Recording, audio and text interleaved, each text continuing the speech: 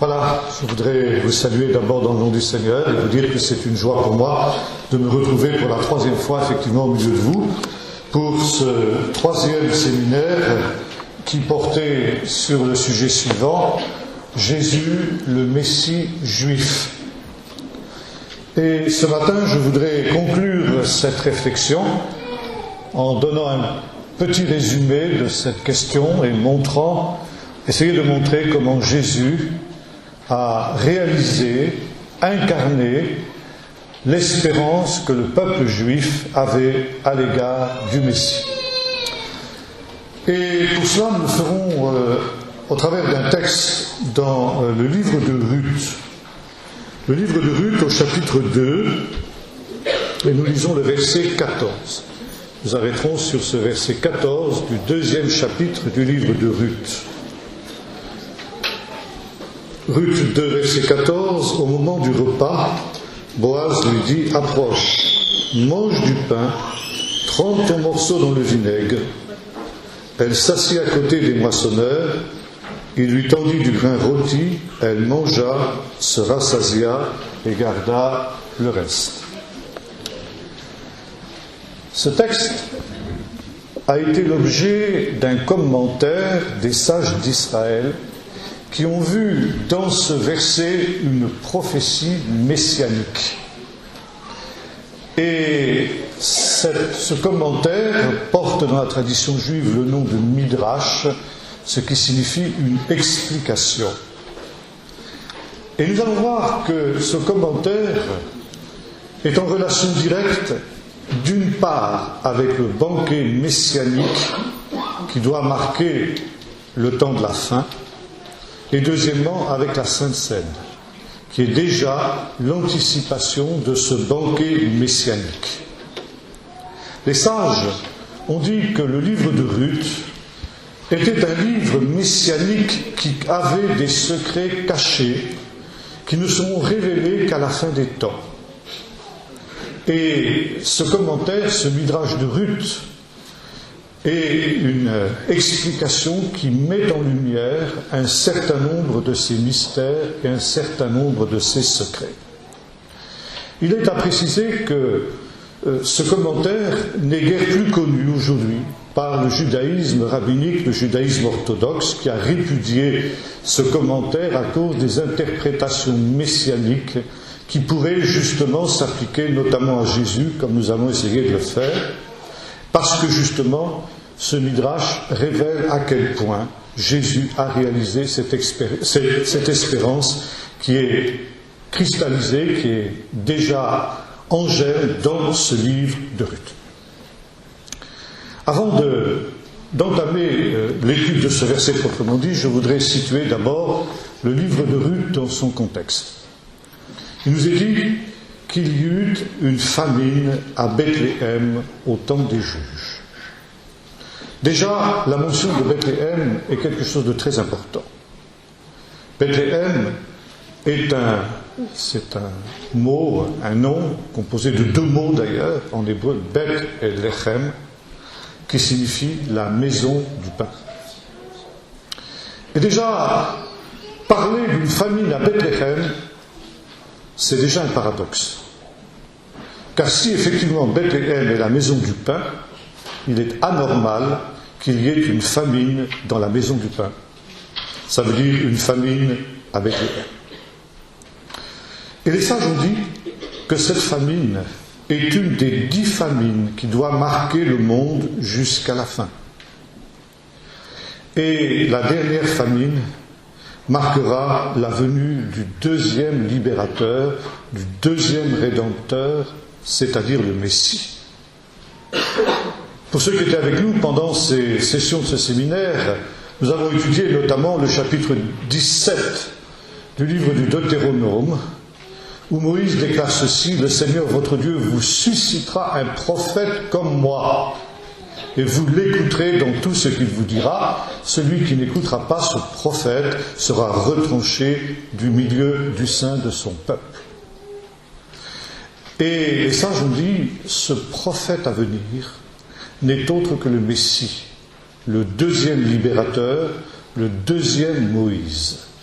Le Messie sera un deuxième Moïse et il fera ce que Moïse a fait, ça veut dire il entraînera son peuple dans un deuxième exode, dans une deuxième libération. Et il fera les mêmes miracles que ceux que Moïse a fait, et notamment il donnera de la manne, il fera pleuvoir de la manne, pour combler ceux qui sont dans la disette, dans la famine, et notamment dans cette famine spirituelle dont il est question dans le livre du prophète Amos et qui concerne le temps de la fin. Je vous enverrai la famine, non pas de pain, mais la faim et la soif d'entendre une parole de l'Éternel. Et vous trouvez ça dans le livre de l'Apocalypse. À celui qui vaincra, dit le Seigneur, le deuxième libérateur, je donnerai de la manne cachée. Le Seigneur est donc celui qui donnera le pain du ciel dans un moment de famine spirituelle. Et ce deuxième Rédempteur, il sera comme le premier. Il nous est dit que Moïse prit sa femme et ses enfants et les mit sur un âne pour retourner en Égypte. De la même manière, selon Zacharie 9 et verset 6, nous dit notre commentaire, le deuxième Rédempteur viendra humble et victorieux monter sur un âne, sur le petit d'une ânesse. Mais comme nous l'avons vu aussi pendant ces jours avec ceux qui étaient avec nous au séminaire, ce deuxième libérateur, ce deuxième Moïse sera plus grand que le premier. Et notre commentaire nous dit une chose ici intéressante. Il dit, le premier libérateur, Moïse, n'a amené au Seigneur qu'une seule nation, la nation d'Israël. Par contre, le deuxième Rédempteur, le deuxième Moïse, amènera à Dieu toutes les nations de la terre. Et en cela, il sera infiniment plus grand que le premier, selon qu'il est écrit en Ésaïe 45, versets 1 à 3, « Je te donnerai les trésors cachés », c'est-à-dire les dons qui sont destinés au Messie au temps de la fin. Voilà donc ici le contexte de notre texte, une famine. Une famine qui a un sens avec les choses dernières. Les théologiens emploient un mot un peu barbare, ils appellent ça une famine eschatologique. Ça veut dire qui touche les choses dernières. Et dans cette famine, dans ce temps de famine, qui marquera la veille, les derniers événements qui doivent marquer la libération ultime, la venue du Seigneur, et nous allons voir que même notre commentaire croit en une deuxième venue du Messie, eh bien le Messie comblera ceux qui ont faim et soif. Ceux qui ont faim et soif de justice seront rassasiés par le deuxième libérateur qui donnera la manne cachée. Et c'est le sens de ce repas messianique dont il est question dans notre chapitre 2 et le verset 14. Avant d'entamer encore l'étude de ce verset, je voudrais aussi revenir sur la personne de Ruth. La personne de Ruth est quelque chose de très important ici dans le contexte de ce passage. Ruth, dans la tradition juive, est la première prosélyte de l'histoire. C'était une non-juive, une étrangère. En hébreu, on appelle ça une goya. Et elle s'est intégrée au peuple d'Israël, et en cela, elle est le prototype de tous les prosélytes qui veulent se joindre au peuple d'Israël. Et Boaz, quand il l'accueille à cette parole de bénédiction, « Béni sois-tu, ma fille, de la part du Dieu Tout-Puissant, sous les ailes duquel tu es venu te réfugier. » Et aujourd'hui, quand un non-juif se convertit au judaïsme, on emploie cette même expression. Il est venu se réfugier sous les ailes du Tout-Puissant. Ou encore, on dit, il est venu se réfugier sous les ailes de la Shrina, c'est-à-dire de la présence de Dieu, ou si vous préférez, du Saint-Esprit. Et en cela, Ruth est les prémices de toutes les nations qui se tourneront vers le Seigneur au temps de la fin par l'œuvre de ce second libérateur dont nous avons parlé, qui amènera au Seigneur toutes les nations pour que toutes les nations au temps de la fin viennent se réfugier comme Ruth l'a fait sous les ailes du Tout-Puissant. Les ailes du Tout-Puissant, il en est question aussi dans un psaume qu'on lit le jour de la Pentecôte, qui est le psaume 68. On lit ce psaume en même temps qu'on lit le livre de Ruth. Le livre de Ruth est aussi un livre qui est lu pour la fête juive de la Pentecôte, où l'on amène au Seigneur les prémices des récoltes. Et on lit ce livre parce que justement, ici, il n'est pas simplement question d'une moisson ou d'une récolte matérielle, mais d'une récolte spirituelle. Et de la même manière qu'on apporte les prémices des récoltes au Seigneur, Ruth est venue comme les prémices des nations qui, au dernier jour, viendront se réfugier sous les ailes du Tout-Puissant, sous les ailes du Saint-Esprit. Et il y a un verset dans ce psaume 68 qui nous dit ceci: « Pendant que vous reposez dans les étables, les ailes de la colombe sont d'argent et son plumage est d'or. » Et notre commentaire nous dit ceci: ces ailes de la colombe, ce sont les ailes de la Shrina, du Saint-Esprit, représentées souvent par une colombe. Et les ailes de la colombe dont il est question ici, c'est aussi l'esprit de prophétie. Lorsque Ruth est venue se réfugier sous les ailes du Tout-Puissant, elle et Boaz ont été revêtus de l'esprit de prophétie. C'est la raison pour laquelle, justement, le livre de Ruth est un livre prophétique qui touche aux choses dernières, qui touche aux choses de la fin. C'est le même esprit, nous dit notre commentaire, que celui qui est descendu sur les 70 anciens d'Israël lorsque Moïse a prié pour eux, et c'est le même esprit qui est descendu sur Beth-Saléel, dont le nom signifie ombre de Dieu. Beth-Saléel, celui qui habite à l'ombre du Tout-Puissant, à l'ombre de Dieu, comme Ruth était venue se réfugier à l'ombre des ailes du Tout-Puissant.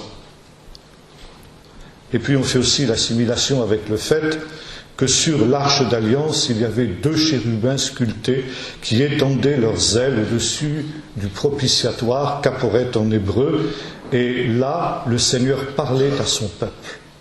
Sous les ailes du Tout-Puissant, il y avait l'esprit prophétique qui se manifestait. Il y avait la puissance du Saint-Esprit qui se manifestait pour annoncer justement les choses à venir. Comme il est écrit aussi dans le psaume 121, « L'Éternel est ton ombre à ta main droite », verset 5. L'ombre du Tout-Puissant. L'esprit de prophétie est l'ombre du Tout-Puissant. Verset psaume 91, qui est aussi cité par notre commentaire, celui qui repose à l'ombre du Tout-Puissant, celui qui sera couvert par les plumes du Tout-Puissant, ça veut dire il te couvrira de la protection et de la puissance du Saint-Esprit. C'est comme ça que le dit ici notre commentaire. Enfin, quelque chose qui n'est pas dans ce commentaire mais que j'ajoute moi-même, Luc 2, verset 35, lorsque l'ange Gabriel annonce à Marie qu'elle va devenir la mère du Messie, et que Marie lui demande comment cela se fera-t-il puisque je ne connais pas d'homme, l'ange lui répond: la puissance de Dieu viendra sur toi et l'ombre de Tout-Puissant te couvrira. À l'ombre du Tout-Puissant, béni sois-tu ma fille, de la part du Dieu Tout-Puissant, à l'ombre duquel, sous les ailes duquel tu es venu te réfugier. Et c'est à l'ombre du Tout-Puissant que l'on peut trouver cette satisfaction, le fait d'être rassasié lorsque l'on a faim et soif de justice, comme Jésus, le Messie juif, le dit dans son discours inaugural dans les Béatitudes. Alors maintenant, venons à notre verset proprement dit. À l'heure du repas, Boaz lui dit: « Approche-toi et mange du pain. » Et les sages, notre commentaire ici, posent la question: de quel pain s'agit-il? Et la réponse est celle-ci: il s'agit du pain du royaume. Approche-toi, c'est-à-dire approche-toi du royaume en mangeant le pain. Quand tu manges le pain, quand dans ce monde-ci tu manges le pain, tu t'approches en réalité du royaume parce que tu t'approches de la présence de Dieu. Et le pain dont il est question, dit les sages, ce n'est pas ici seulement le pain matériel dont il est question, mais c'est le pain qui vient, le pain du monde qui vient. Or, il est tout à fait intéressant de noter qu'il est question de ce pain dans la prière que Jésus a enseigné à ses disciples, le Notre Père. Verset qui est souvent mal compris et qui est souvent mal traduit. Donne-nous aujourd'hui, et on traduit en général de la manière suivante, le pain de ce jour. Le grec ne nous dit pas cela. Il emploie un mot épiousion. Ça signifie le pain qui vient. Le pain, donne-nous aujourd'hui le pain qui vient. Qu'est-ce que ça veut dire? C'est la même idée que dans notre commentaire ici, le pain du royaume de Dieu. Et Jésus nous invite à prier non seulement pour le pain de la terre, mais il nous invite aussi à prier pour que nous puissions être rassasiés du pain du ciel. Lors de la fête de Pentecôte, qui est le moment où on lit ce livre de Ruth, comme je le disais tout à l'heure, sur la table de famille, il y a 2 pains. 2 pains spéciaux, qui sont des pains tressés, qu'on appelle des chalot en hébreu. Et si vous demandez pourquoi il y a 2 pains, qu'est-ce que représentent ces 2 pains? Eh bien, la réponse est celle-ci. Il y a le pain de la terre et il y a le pain du ciel. Et les parents, sur la table de famille, s'ils veulent être fidèles au Seigneur, doivent toujours mettre 2 pains. Le pain de la terre, ça veut dire tout ce qui concerne les besoins de l'enfant dans ce monde-ci, la nourriture, le vêtement, l'éducation, tout ce que vous voudrez. Mais ils doivent aussi mettre un autre pain, le pain du ciel. Ça veut dire que les parents ont pour charge spéciale d'enseigner la parole de Dieu à leurs enfants. Et il y a un texte dans le Talmud qui dit ceci: si 2 ou 3 ont mangé le pain de la terre et ne se sont pas entretenus des choses du ciel, c'est comme s'ils avaient mangé à la table des démons. Mais si 2 ou 3 ont mangé le pain de la terre et se sont entretenus des choses du ciel, c'est d'eux qu'il est dit: je leur donnais le pain du ciel à manger. Donne-nous aujourd'hui, dans ce monde-ci, dans ce monde qui est encore marqué par le péché, par la puissance de Satan, donne-nous déjà, à nous qui avons faim et soif de justice, donne-nous le pain de demain, donne-nous le pain du ciel, donne-nous le pain du royaume qui vient, pour que déjà nous en soyons rassasiés et que déjà dans ce monde-ci, nous puissions être les fils du royaume. Et c'est pourquoi ici il est dit: approche-toi. Approche-toi et mange le pain. Approche-toi et mange le pain du royaume qui vient. Mange aujourd'hui dans ce monde le pain pour participer demain à ce banquet qui aura lieu dans le royaume de Dieu. Ce banquet dont il est si souvent question dans le Nouveau Testament. Jésus parle de ces gens qui se mettront à table, de toutes les nations qui viendront des extrémités de la terre, qui seront à table dans le royaume de Dieu, avec Abraham, les prophètes, etc. Et ceux qui par contre seront jetés dehors, là il y aura des pleurs et des grincements dedans. Manger aujourd'hui le pain de demain, le pain du royaume qui vient, c'est s'assurer déjà aujourd'hui sa participation à ce banquet final qui aura lieu dans le ciel quand le Messie viendra pour établir son règne. Et vous voyez, j'anticipe un petit peu ce par quoi je vais terminer tout à l'heure. Il y a là aussi le sens et la signification de la Sainte Seine. Car qu'est-ce que le pain de la Seine, sinon justement ce pain du royaume qui vient? Et celui qui mange le pain de la Seine aujourd'hui mange déjà le pain de ce royaume. Jésus l'a dit d'ailleurs, il a dit: je ne mangerai plus, je ne boirai plus de ce fruit de la vigne jusqu'à ce que le royaume de Dieu soit venu, jusqu'au jour où j'en mangerai avec vous dans le royaume de mon Père. Jésus parle aussi de ce temps où il rassemblera dans son royaume autour de cette table ceux qui auront déjà aujourd'hui mangé avec lui, ça veut dire participer aussi à ce que le Seigneur est venu réaliser. Approche-toi et mange le pain. Et puis, la suite du verset nous dit quelque chose d'un peu difficile.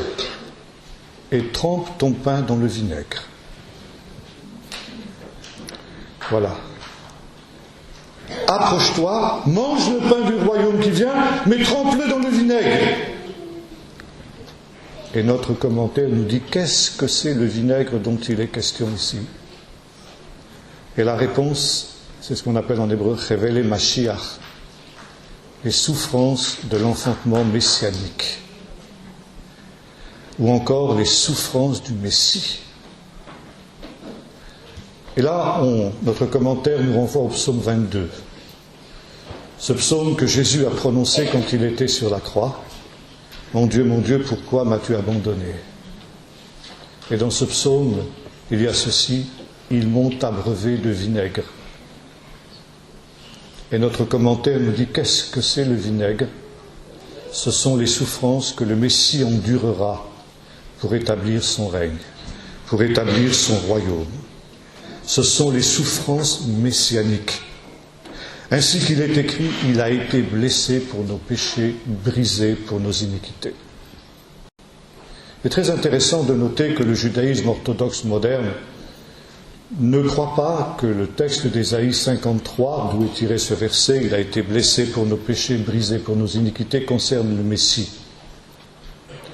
Mais nous voyons que ce commentaire y croit. Il assimile le serviteur souffrant d'Ésaïe 53 avec le Messie. Et il fait l'assimilation entre les souffrances dont il est question dans Ésaïe 53 qui concernent le serviteur et puis le psaume 22 où il est question de vinaigre, c'est-à-dire des souffrances que le Messie devra endurer pour entrer dans son règne et pour établir son royaume. Peut-être est ça cela que Jésus fait allusion aux disciples qui allaient à Emmaüs en leur disant « Ne fallait-il pas que le Messie souffre ces choses pour pouvoir entrer dans sa gloire ?» Et notre commentaire continue et nous dit ceci. Pour pouvoir avoir part au royaume de Dieu, il faut tremper son pain dans le vinaigre. Ça veut dire qu'il faut accepter d'avoir part aussi aux souffrances du Messie. Les souffrances du Messie ne sont pas seulement celles que le Messie va souffrir, mais aussi les tribulations que ses disciples devront subir pour lui être fidèles et pour marcher avec lui fidèlement jusqu'au bout. Et ce commentaire nous dit ceci, 3 parts de souffrance ont été données au monde. Une première pour la génération d'Abraham, une deuxième pour la génération de la destruction, c'est-à-dire pour l'époque de Jésus, c'est moi qui interprète bien sûr, et la troisième pour la génération qui verra la venue du Messie, ça veut dire pour la dernière génération. Ça veut dire qu'il y aura un temps difficile au temps de la venue du Messie, et il faudra, comme le dit Jésus, persévérer jusqu'à la fin pour pouvoir paraître debout devant le Fils de l'homme quand il viendra. Paul nous dit que c'est par beaucoup de tribulations qu'il nous faut entrer dans le royaume de Dieu. Il reprend la même pensée, la même idée. Et Jésus parle de ces difficultés de la dernière génération quand il nous dit que dans ce temps-là, beaucoup faibliront, renieront le maître qui les aura rachetés. Et parce que l'iniquité se sera accrue, la charité du plus grand nombre, l'amour du plus grand nombre se refroidira, mais seul celui qui persévérera jusqu'à la fin sera sauvé. Approche-toi, mange le pain du royaume, mais n'oublie pas que ce pain doit être trempé dans le vinaigre. Il y a une prière spéciale qu'on dit à la fin du Shabbat, au moment du 3e repas du Shabbat dont je vais parler pour terminer. J'anticipe un peu. Quand on a terminé le 3e repas de Shabbat, à la fin du Shabbat, ça veut dire le samedi soir, on dit ceci. Puisses-tu nous mettre à part, nous préserver, en vue du monde à venir, ça veut dire du royaume de Dieu, en vue du Shabbat éternel, et c'est pourquoi réjouis-nous à cause des souffrances du Messie.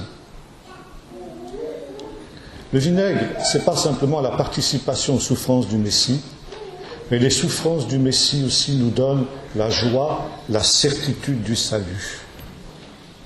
La certitude d'être mis à part, d'être scellé pour le jour qui sera tout entier Shabbat, le repos dans le royaume de Dieu et la participation au banquet messianique qui aura lieu dans ce jour qui sera tout entier Shabbat.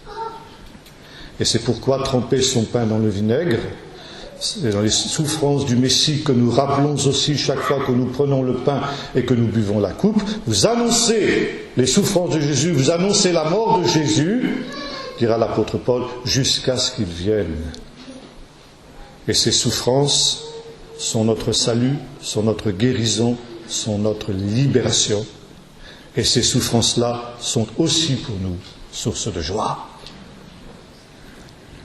Troisième point dans ce midrash, approche-toi, elle s'assit à côté des moissonneurs. Et voilà ce que nous dit notre commentaire. Cela signifie que le royaume du Messie lui sera enlevé pour un temps. Les moissonneurs, ce sont les nations qui s'assembleront contre Jérusalem, qui s'efforceront de mettre un obstacle à la volonté de Dieu et à la volonté du Messie. Boaz est obligé de rappeler à l'ordre les moissonneurs pour qu'ils ne molestent pas Ruth. Et par conséquent, notre Midrash considère les moissonneurs comme une réalité hostile qui annonce le fait que le Messie, son royaume, lui sera enlevé pour un temps, comme le dit ici le rituel du jour du Kippour, du jour des expiations, à cause de nos péchés, le Messie nous a été enlevé. Le Messie sera dépouillé de son royaume parce qu'il est dit « Je rassemblerai toutes les nations contre Jérusalem ». Et de la même manière que le premier libérateur, Moïse, a dû s'enfuir et rester caché pendant 40 ans avant d'accomplir son œuvre de libération, de la même manière il y aura deux venues du deuxième libérateur. Une première venue où les moissonneurs le chasseront et il restera caché jusqu'au temps fixé où il reviendra pour accomplir la rédemption finale. Et notre texte nous dit combien de temps durera l'éclipse du Messie, l'éclipse, la disparition du libérateur, du deuxième libérateur. Et la réponse, elle est dans les mystérieux chiffres de Daniel qui sont donnés dans le chapitre 12, 1290 et 1335, mais c'est incompréhensible. Il y a des mystères et on ne peut pas savoir à quoi cela correspond. C'est donc un temps indéterminé qui s'écoulera entre la disparition du libérateur, quand son royaume lui sera enlevé, et jusqu'au moment où ce royaume lui sera rendu au temps de la fin. Et alors on pose la question, quand saura-t-on que ce temps touche à sa fin, que cette mystérieuse période de temps qui a été précisée par le prophète Daniel touche à sa fin? Et la réponse est très intéressante. On saura qu'on est dans le temps lorsqu'on désespérera de la venue du Messie et qu'on cessera d'attendre la venue du Messie.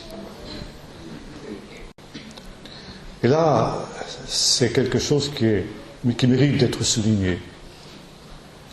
Car il y a 40 et quelques années, quand je me suis converti, l'espérance du retour de Jésus était un des points centraux de la foi des évangéliques.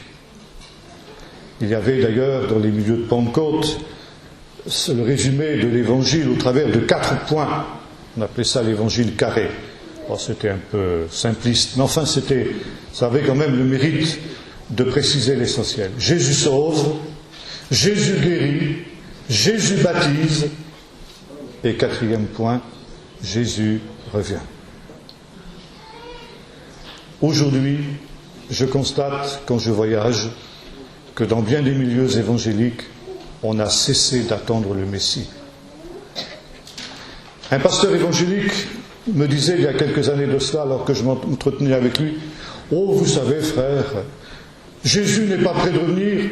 Moi, quand je me suis converti il y a 40 ans, on me disait Jésus revient. 40 ans ont passé, alors vous savez, maintenant, un pasteur évangélique. Eh bien voilà, nous sommes exactement dans ce qui avait été annoncé. Quand le Messie viendra-t-il? Quand on aura cessé de l'attendre. Alors maintenant, il y a une autre condition pour que le Messie vienne, qui est en relation avec le peuple d'Israël. Parce que finalement, c'est le peuple d'Israël d'abord qui aura cessé d'attendre la venue du Messie, mais le Messie viendra non seulement quand on aura cessé d'attendre sa venue, mais quand Israël n'aura plus personne pour le soutenir et pour l'aider. Et si vous regardez aujourd'hui la situation politique dans laquelle se trouve le peuple d'Israël, nous sommes exactement dans ce contexte-là. Quand Israël désespérera de sa survie même, et alors, dans ce moment-là, le Messie reviendra, selon qu'il est écrit. Il a été retranché du monde des vivants. Aussi, pendant tout ce temps, le sacrifice aura disparu. Osée 4, si on cite Osée 3, verset 4, les Israélites resteront longtemps sans roi, sans prince et sans sacrifice. Longtemps. Et ce temps sera tellement long que l'on en viendra à désespérer de la venue du Messie, qu'on en viendra à désespérer de la réalisation de ses promesses, et c'est justement quand on sera dans ce désespoir, quand on aura cessé de l'attendre, que comme une surprise, le Messie viendra pour ceux qui ont cessé de l'attendre. C'est un peu aussi le contexte de la parabole des vierges folles, n'est-ce pas? C'est un peu la même idée. Alors, nous dit notre commentaire, le royaume lui sera rendu. Et on cite Ésaïe 11, verset 4. Ainsi qu'il est dit, donc, voyons ici, elle mangea et elle fut rassasiée. Elle fut rassasiée. Ça veut dire, en hébreu, ça peut se traduire aussi, elle a été restaurée. Alors on conclut qu'après ce long temps où Ruth reste assise à côté des moissonneurs, ça veut dire dans l'exil, elle est restaurée. Le royaume du Messie est restauré, il est rétabli. Et le Messie rentre en possession de son royaume, ce royaume qu'il a perdu pour un temps, quand il a été retranché, ainsi qu'il est dit dans Ésaïe 53. Elle mangea, ça veut dire qu'au temps de la fin, le Messie fera pleuvoir la manne. Alors s'accomplira ce qui est écrit dans le psaume 2, c'est moi qui ai établi mon roi sur Sion, ma montagne sainte.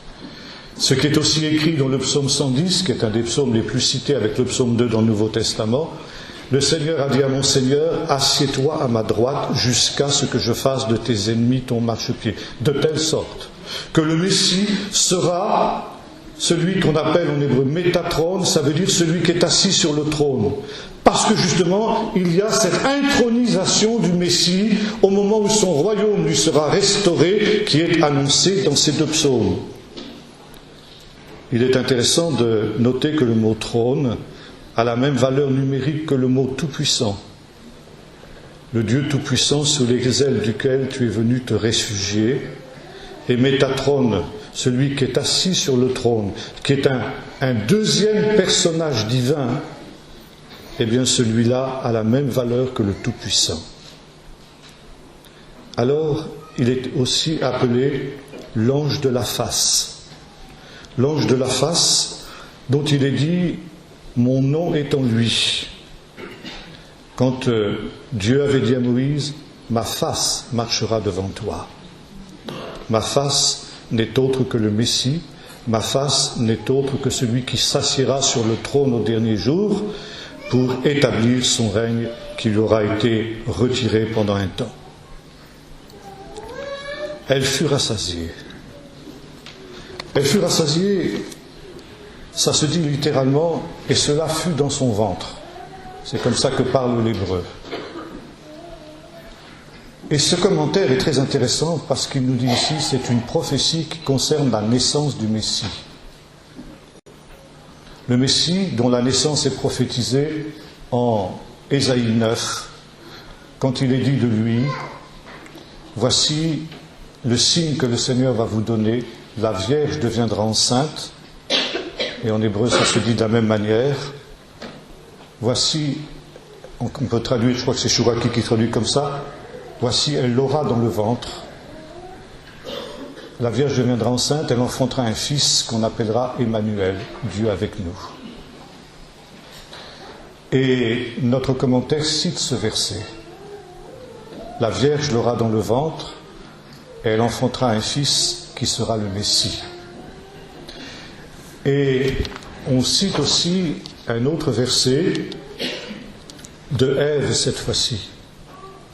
Vous savez, lorsque, après le meurtre d'Abel par Caïn, Ève devient enceinte, elle a un autre fils qu'elle va appeler du nom de Seth. Seth, ça veut dire en hébreu ajouter. Et Ève, à la naissance de Seth, déclare « Car Dieu m'a ajouté une autre semence ». Et le commentaire pose cette question « Une semence venue d'ailleurs ». Parce que c'est de la lignée de Seth ajouté, celui qui est ajouté, que viendra le Messie. Le Messie vient d'ailleurs. Il n'a pas une naissance naturelle, il a une naissance surnaturelle. Il vient d'ailleurs, il vient des temps anciens, comme cela est annoncé dans le livre du prophète Osée, chapitre 5, n'est-ce pas, où il est dit « Celui dont l'origine remonte aux temps anciens, au jour de l'éternité. Il vient d'ailleurs. » La Vierge reçoit une semence qui est ajoutée, une semence qui vient d'ailleurs et qui appartient d'ailleurs à la lignée de Seth, comme cela aussi était annoncé. Et notre commentaire va jusqu'à dire ceci: Dieu engendrera lui-même le Messie par la puissance de la Shrina, ça veut dire par la puissance du Saint-Esprit. Et dernier point, donc, voyons, elle se rassasia et garda le reste. Elle fut satisfaite, littéralement. Et là, il est question du rétablissement du royaume au dernier jour. Et là, justement, nous voyons comment ce commentaire a la vision de la venue d'une deuxième venue du Messie. Il y a deux venues du Messie. Cette tradition se retrouve aussi dans d'autres textes rabbiniques, et notamment un texte que l'on lit, qu'on va lire dans quelques jours, en tout cas chez les séfarades, ça veut dire chez les juifs orientaux, pas chez les ashkénazes, cette prière n'existe pas chez eux. Mais chez les séfarades, pour le Rosh Hashanah, le Nouvel An, le deuxième jour du Nouvel An, le service de l'après-midi, on lit une prière étonnante. Quand on a sonné du chauffard, ça veut dire de la corne de bélier, on dit « Nous sonnons ce chauffard en souvenir des mérites de nos pères, Abraham, Isaac et Jacob, en souvenir de Tartiel, ton serviteur. » Ça veut dire quoi, Tartiel? Personne ne sait. Qui n'est autre qu'Élie, que sa mémoire soit bénie. Et en souvenir de Yeshua, le Fils, le prince de la face, celui qui est assis sur le trône, Métatron. Yeshua, c'est le nom de Jésus en hébreu. Et un rabbin me disait que les sages d'Israël, en tout cas une partie d'entre eux, une minorité d'entre eux, a toujours su que le nom du Messie était Yeshua. Et que par conséquent, si on sonne le chauffard en souvenir, c'est qu'il est déjà venu, et on prie pour qu'il revienne une deuxième fois. On a une autre prière qui va dans le même sens à Kippour. Envoie-nous l'Inon, c'est-à-dire le Messie, c'est un des noms du Messie, envoie-nous l'Inon une deuxième fois, parce qu'il a disparu à cause de nos péchés, et il n'y a plus personne pour expier nos péchés aujourd'hui, alors envoie-le-nous une deuxième fois, pour que justement nous puissions avoir la certitude du pardon de nos péchés. Et en même temps, qu'il soit celui qui ressuscite les morts. Dernier point avant de conclure, j'ai parlé tout à l'heure du troisième repas du Shabbat. Il y a 3 repas dans le Shabbat, bien sûr. Le vendredi soir, le samedi midi et le samedi soir. Et jusqu'à aujourd'hui, dans la tradition juive, le 3e repas de Shabbat s'appelle le repas du Messie. Pourquoi ? Parce qu'il anticipe la venue du Messie. Et notamment parce qu'on est censé, pendant ce repas, s'entretenir de la venue du Messie. Et c'est pourquoi il porte cette expression, le repas du Messie. Et cette expression est associée avec un verset du psaume 22, le verset 26 du psaume 22, « Les pauvres mangeront et seront rassasiés ». Et les sages ont dit, ce verset concerne la venue du Messie. Au temps du Messie, les pauvres mangeront et seront rassasiés dans ce repas que le Messie donnera cette fois-ci dans le ciel, dans le Shabbat éternel. C'est donc quelque chose qui concerne la venue du Messie. Et comparé avec la parole de Jésus dans les Béatitudes, heureux ceux qui ont faim et soif de justice, car ils seront rassasiés. Les pauvres mangeront, dit notre commentaire, dans le jardin d'Éden, le pain du royaume, et ils chanteront le Hallel, le psaume 118, qui a été chanté lors de la première venue du Messie. Tu es devenu mon salut, tu es devenu mon Yeshua. Je conclus. Approche-toi et mange aujourd'hui le pain du royaume, le pain de demain, pour pouvoir avoir part à ce banquet messianique. Approche-toi de ce royaume. Aujourd'hui, cela est déjà possible. Aujourd'hui, comme disait Jésus dans la synagogue de Nazareth, cette parole qui concernait l'avenir, elle est déjà présente, elle est déjà actuelle pour vous. Et aujourd'hui, si quelqu'un a faim et soif de justice, si quelqu'un est dans cette famine spirituelle qui marque notre époque plus que peut-être aucune autre époque et qui est aussi un des signes de la fin, il peut être pleinement rassasié en mangeant le pain du royaume. Ce pain, nous l'avons vu tout à l'heure, il doit néanmoins être trempé dans le vinaigre, dans les souffrances du Messie. Il doit être trempé dans ce vinaigre, dans ces 2 dimensions, pour que nous puissions accepter de participer aux souffrances du Seigneur, car c'est par beaucoup de tribulations qu'il nous faut entrer dans le royaume de Dieu, mais aussi dans la joie de ce que ces souffrances du Messie nous garantissent le pardon et nous garantissent notre place dans ce banquet eschatologique qui vient. Et en même temps que nous soyons ceux qui attendent, dernier point, ceux qui attendent. Ceux qui ne s'endorment pas comme les vierges folles, dans le moment où ils disent, comme le mauvais serviteur, mon maître tarde à venir.